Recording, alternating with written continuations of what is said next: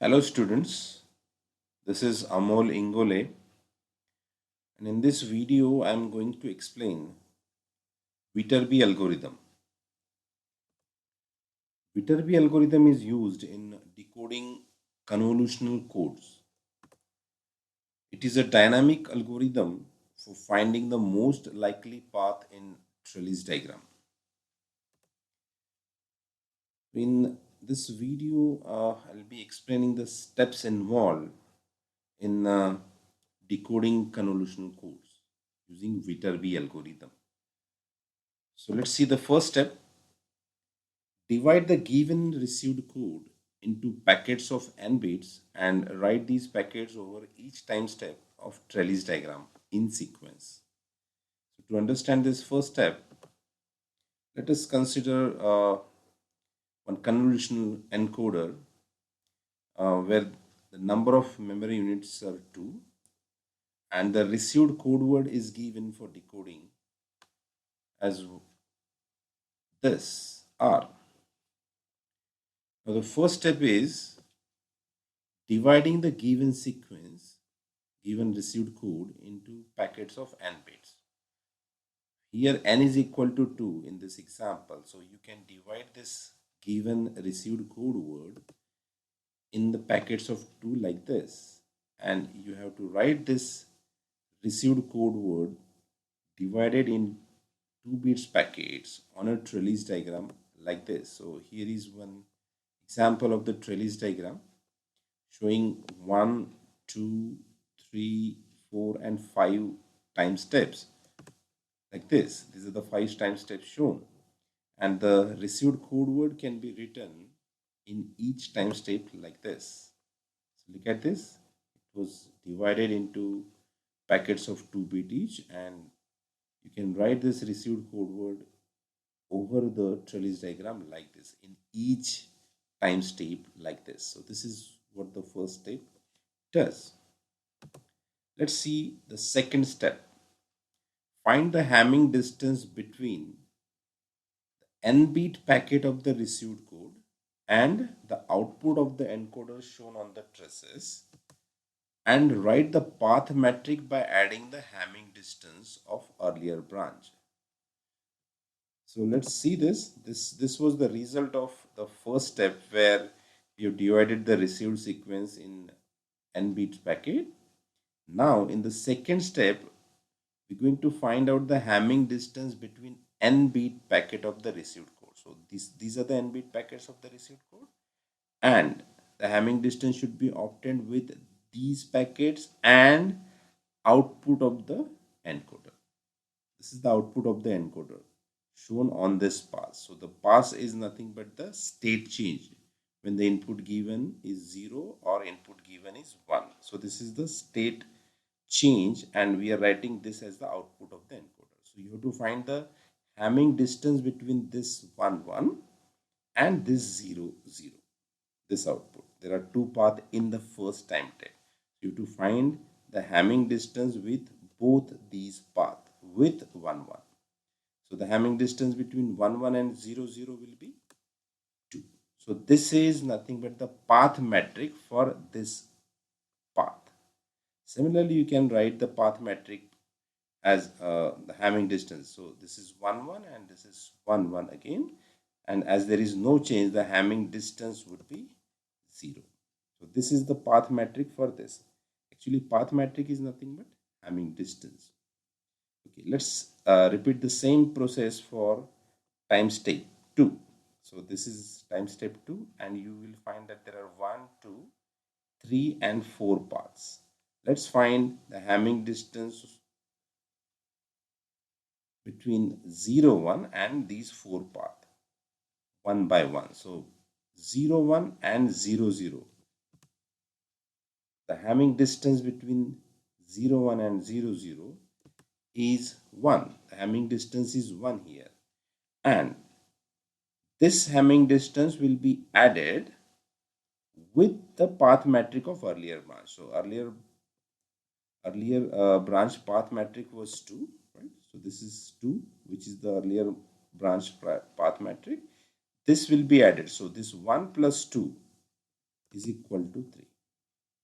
So this 3 is the path metric of the entire path from here to here. This is the path metric of the entire path, which is nothing but the Hamming distance, okay, between the part of the received code and this path. Similarly, you can find out the path metric of remaining paths. So look at this. This is the path metric 3, which is obtained by finding the Hamming distance between 0, 1 and 1, 1, which is equal to 1. Hamming distance between these two will be 1. 1 plus earlier branch path metric is 2. So 2 plus 1, 3. Similarly, you can find the path metric between the Hamming distance between 0, 1 and 0, 1. So as these are same, that is why the Hamming distance will be 0, 0 plus the earlier path metric 0. So the total path metric will be 0. This is the path metric for this path. Similarly, let's find the Hamming distance between 0, 1 and 1, 0. So 0, 1 and 1, 0, Hamming distance will be 2, as both at both places these two code words differ. So the Hamming distance will be 2, which is 2 plus 0. The total path metric will be 2 here. Right? Let's see the third step now. Discard the path with higher path metric. So let's see with example. This is the result of second step where we have found the path metric in time step number 2. So here you have to take a decision. You have to discard a path with higher path metric. So you can see here there are 4 path metric written here: 3, 0, 3 and 2. If you compare, these two paths have got path metric equal to 3, which is higher compared to 0 and 2. So you can discard here these two paths, this one and the other one is this. So this one. Why to discard? What is path metric? Path metric actually is the Hamming distance between the part of the received code word and the path with which you're matching. If the path metric is higher, that means there is a huge difference between the part of the received code and the path. That's why it should be discarded. The main aim of this Viterbi algorithm is to find a path with minimum Hamming distance or minimum path metric. Right? So here you can discard these two paths with path metric 3. I'll show those discarded path with a cross written over that path. Right? This is how you can show it. But when you discard these two, see the result. When you go to time step number 3, when you discard this path, these two path has got the input from this branch. When you discard this, these two will have no meaning. So these two can also be discarded like this. Similarly, when you discard this path, the output from where? Okay? From here, you will get two more branches appearing, right? So when you discard this, there's only one branch coming at this node. When you discard this, these two will have no meaning, so it should be discarded as well. This is the meaning of discarding a path with a higher path metric, which is step number 3. Step number 4, repeat step 2 and 3 for the paths with a lower path metric till last time step. So you have to repeat step 2. Step 2 is finding the path metric and step 3 is discarding a path with higher path metric. So you have to go on repeating this step till last time step. Okay? And the fifth step is select the path with the lowest path metric and decode the code. So when you will follow step 2 and 3, that means whatever paths which have survived, you will have to find out again the path metric at this node. Okay? When you do that, again you have to discard a path with a higher path metric and you will reach the final time step At the final time tape, the path with the lowest path metric will be selected and will be used to decode the code.